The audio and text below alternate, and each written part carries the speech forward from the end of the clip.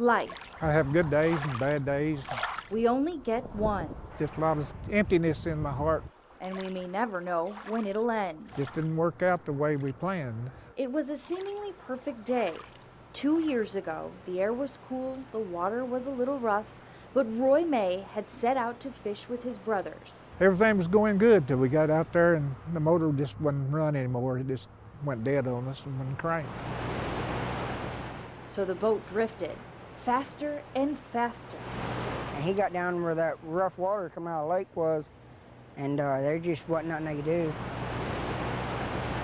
We drifted all the way to number one gate up here when the water took us under, and it just disintegrated the boat. Roy, Gene, and James were gone. Lower side of Kentucky Dam, assist search and rescue operation. Several area rescue crews searched the Outer Banks and near the dam, battling the rough waters and cold temps. 320. All the while, underwater, Roy was fighting his own battle. Well, while I was down there, I heard a couple of voices speaking to me.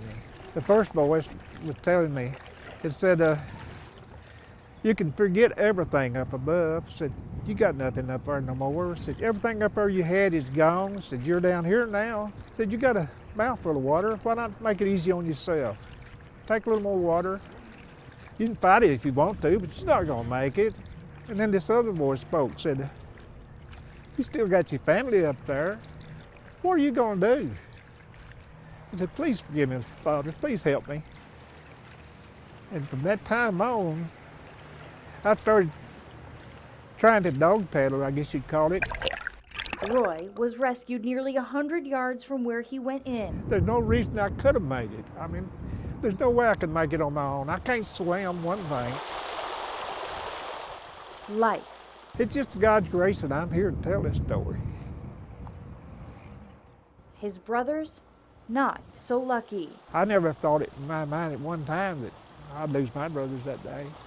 James was found 2 weeks later, but there was no sign of Gene. It was one of the nicest days we had that year.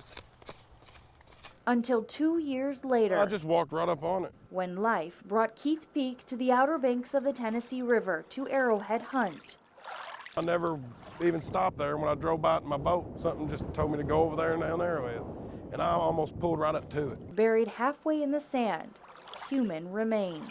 It's a miracle they found him. 2 years and 26 days later. Of course, I still have the emptiness spots in my heart for him. And, Those may never heal, oh yes, I miss them terribly. but life must go on for Roy.